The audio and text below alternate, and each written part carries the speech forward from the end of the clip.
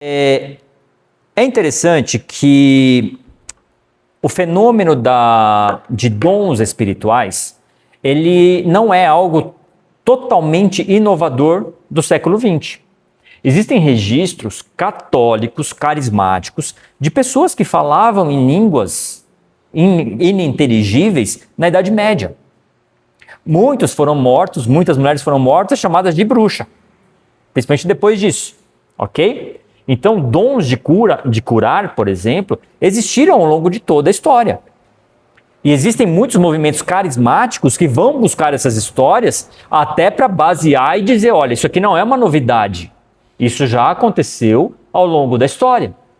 E aí é muito interessante porque muitas dessas pessoas que tinham dons de curar, eles foram santificados, canonizados pela Igreja Católica. Ok? Só que isso é muitas vezes colocado de lado para simplesmente vir contra a Igreja Protestante e principalmente a Igreja Pentecostal. E aí a gente precisa retomar um outro problema que eu já comentei aqui com vocês, que é quando surge um novo movimento, esse novo movimento ele se opõe a tudo que vem antes. Então nós precisamos ter um cuidado, um zelo com isso. Exemplo que eu dei foi na Reforma. Então muita coisa na Reforma, você jogou a água do parto fora, mas jogou o bebê fora também. Lembra o exemplo que eu dei? Pregação sobre Maria. É muito raro você ver um pastor em cima de um púlpito protestante das igrejas tradicionais, ainda acontece um pouco mais, mas pentecostal é muito, muito, muito raro, para não dizer que não tem um pastor pregando sobre Maria, uma ministração que pega lá Maria, agraciada, uma mulher que foi escolhida por Deus para gestar o Salvador. Isso não está na Bíblia? Por que ninguém prega? Entende? Porque quando vem o pentecostalismo, principalmente, ele vai se opor no Brasil de uma forma frontal com o catolicismo. Por quê? Porque o catolicismo também blindava a entrada. Então é aquele exemplo que nós demos. Em muitas cidades lá do interior, do Nordeste, mesmo aqui no Sudeste, você tinha perseguição real. Tá? Então chegava um pastor lá para pregar o evangelho, pedra mesmo. Né? Apedrejando casa, o próprio pastor, esse tipo de coisa aconteceu no século XX aqui no Brasil. Tá? E aí você cria um ranço, né? Eu acho que eu comentei aqui também, nós recebemos alguns pastores italianos aqui em São Paulo, tal, para um evento que iríamos fazer, e aí vamos apresentar São Paulo, né? Vamos, Mercadão, comeu, né, o mortadela, tal, igreja, a Praça da Sé, subiu. Quando a gente foi, que eles viram que era a Praça da Sé, eles não pisaram na calçada. Eu falei, pastor, o pastor falou, não, a gente não pisa na calçada. Você fala, mas para que isso, né? Aí você tem que contextualizar e compreender quais são as dores que eles sofrem lá. Então lá você tem uma questão muito forte de perseguição. Então uma igreja desse tamanho lá, muitas vezes ela funciona numa sala comercial no 5º andar de um prédio. E você vai ver, você entra no site, você entra no Instagram e tudo mais, é uma igreja. Mas quando você vai lá, ela está na sobreloja, ela está em algum lugar que não é caracterizado como igreja. Entende? Por quê? Porque tem toda aquela questão que eu comentei, de que você não vai abrir uma igreja, um CNPJ de igreja. Não existe isso na legislação italiana. Você abre uma ONG, você abre uma associação, você abre alguma coisa e faz os seus cultos lá. Entende? Mas existe uma oposição que se dá, por exemplo, em questão de vistorias de aprovação. Então você abre vamos supor, cria uma casa de oração, um templo. Aí você precisa de bombeiro, acessibilidade, tal. Quem que vem? Vem um camarada que já tem toda a igreja, ela está permeando toda a sociedade, ok, igreja católica, tá? O camarada que vem já, não pode abrir.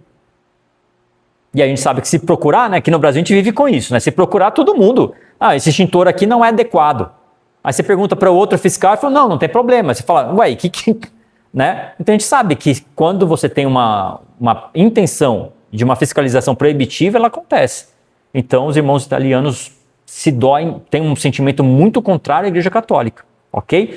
Teologicamente, a gente precisa ter cuidado com isso, porque eu preciso analisar teologicamente, sem trazer essas emoções, ok? Para uma análise teológica, porque senão a gente vira esse fla-flu que existe muitas vezes hoje, ok?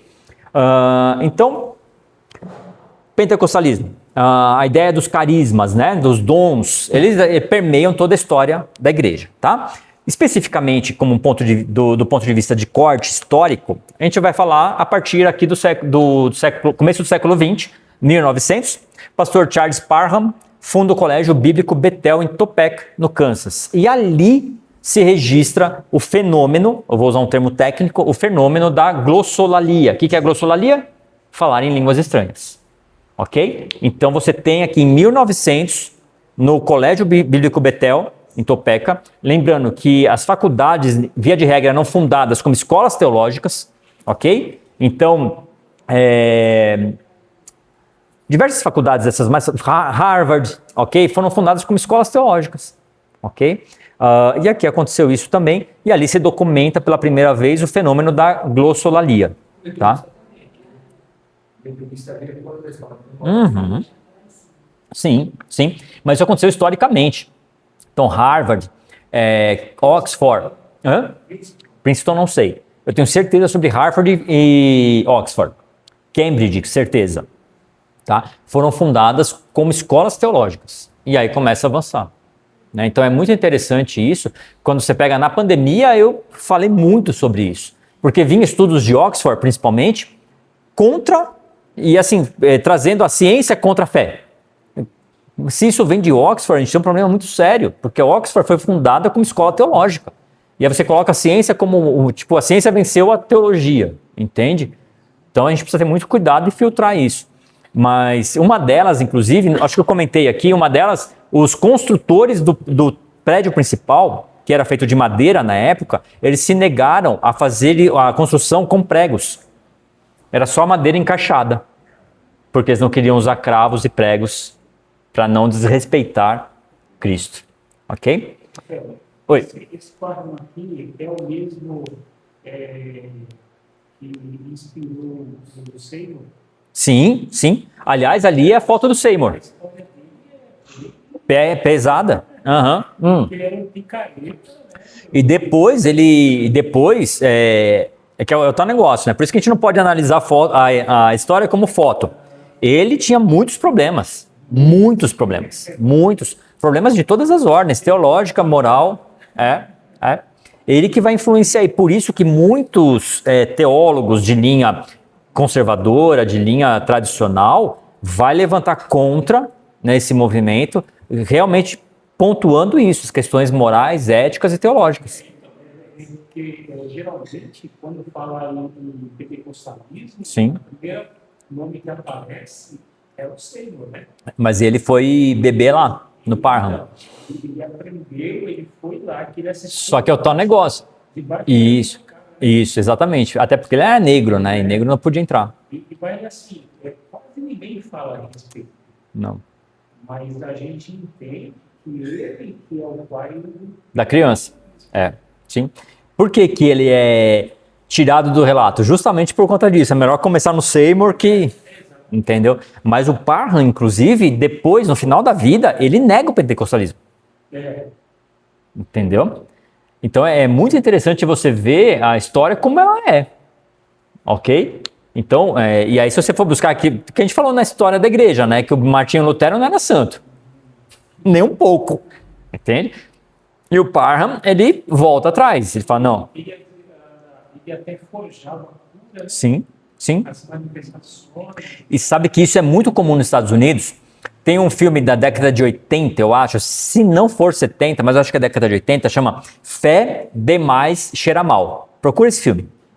Fé Demais, e no português colocaram como trocadilho mesmo, né? Fé demais cheira mal.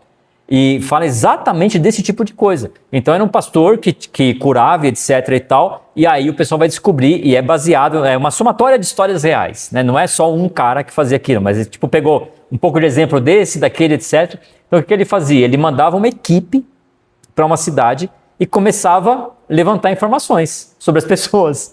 Entendeu? Não, fulano tá traindo a mulher, o outro tá com problema financeiro, o outro tem filho doente, não sei o quê, e pá, pá, pá, pá. E essa equipe fazia essa leitura, e aí chegava na grande concentração de milagres, o que eles faziam? Eles mapeavam as fileiras e as colunas de cadeiras. Tipo um circo, teatro, enfim.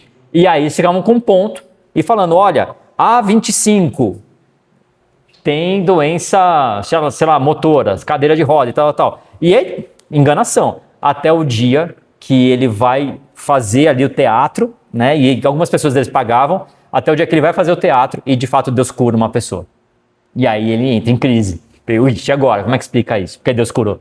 Entende? Aí ele é pego. É bem interessante, é um filme bem interessante.